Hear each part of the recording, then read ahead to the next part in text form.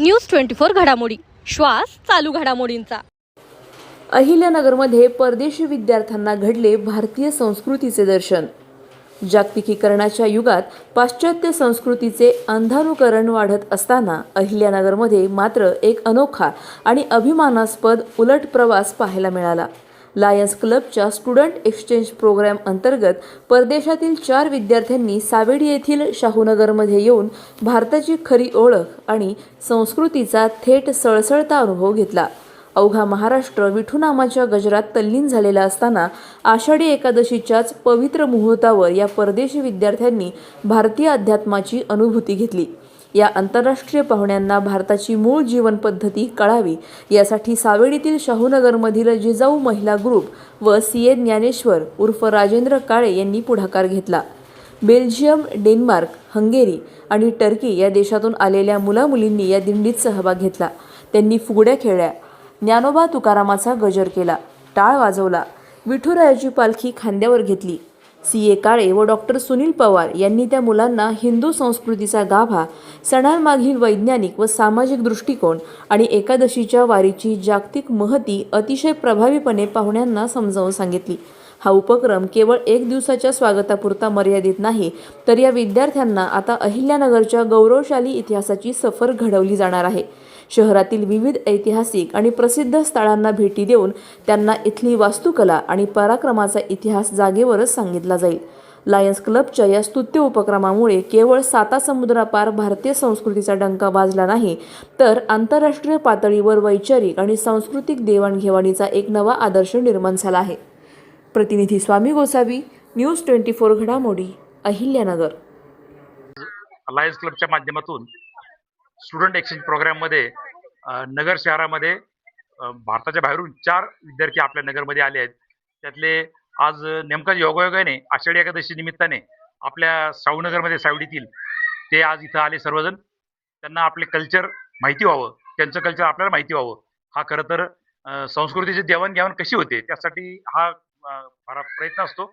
Lions club हे काम वर्षानुवर्ष करत आले आणि त्यातली एक मुलगी आमच्या घरी, बेल्जियमची मुलगी आमच्या इथे आली। डेन्मार्क, हंगेरी आणि टर्की अशा 4 देशातून आज नगरमध्ये 4 पाहुणे आपले आलेत। त्यांनी आज आषाढी एकादशी निमित्ताने दिंडीच्या मध्ये त्यांनी सगळ्यांनी सक्रिय सहभाग घेतला होता। त्यांना वेगळे कल्चर, वेगळं एक वातावरण पाहायला मिळालं। आपलं हिंदू कल्चर कसं असतं ते त्यातून त्यांना अनुभवायला मिळालं।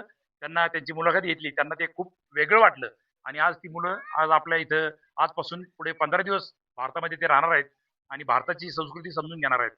त्याबद्दल मी त्यांच्या चौघांचंही पुन्हा एकदा स्वागत करतो आणि त्यांना आपल्या इथून काहीतरी चांगलं मिळून घेऊन जायला खरं तर त्यांना आनंद वाटेल अशी त्यांना वातावरण निर्मिती करणार आहोत। त्या पुढच्या 8 दिवसामध्ये ते शिर्डी असेल, शनिशिंगणापूर असेल, टँक म्युझियम असेल, भुईकोट किल्ला असेल, अवतार मेरबाबा असेल, असं एकत्र जाऊन फिरून पाहणार आहेत आणि आपल्या नगरचा इतिहास माहिती करून घेणार आहेत। आणि अशी मुलं पुणे, मुंबई आणि अनेक ठिकाणी आहेत। त्याबद्दल पुन्हा एकदा त्यांना मी त्या माहितीसाठी आम्ही सर्वजण सहकार्य करत आहोत। इथे आमच्याकडे आदिती छाजेड यांच्याकडे एक मुलगा, अरिजित सिंग वाधवा यांच्याकडे एक मुलगी, किरण भंडारे यांच्याकडे एक मुलगा आणि आम्ही राजेंद्र काळे आमच्याकडे एक मुलगी, असे 4 जण नगरमध्ये त्यांचं होस्ट फॅमिली म्हणून काम पाहत आहोत। धन्यवाद। I'm from Belgium. I'm from Turkey, Istanbul. Denmark, Hungary. Okay. How was your experience today with the Dindi? The Dindi celebration? It was a very nice experience. I never did that before. It's very wonderful. It was really good. I love seeing new cultures, and it's so colorful. It's so good. The rhythm is so perfect. What do you think? Yeah, I loved it, really. I loved seeing everyone and how they dress, and yeah, just meeting the people. Yeah. Also for me, it was also something completely new. I loved all the colors and all the chanting and everything, basically. Did you guys have fun? Yeah, of course. Yeah. So much. Did Yeah. you guys get to learn something new? Yeah. Yeah. Yeah. This dance is new to me. I just dance so much. Okay. Do you want to do it again? Yeah, probably. Yeah. Thank you. अशाच बातम्यांचा आढावा घेण्यासाठी आजच आपल्या YouTube चॅनलला subscribe करा। बातमी आवडल्यास लाईक करा आणि इतरांपर्यंत शेअर करा।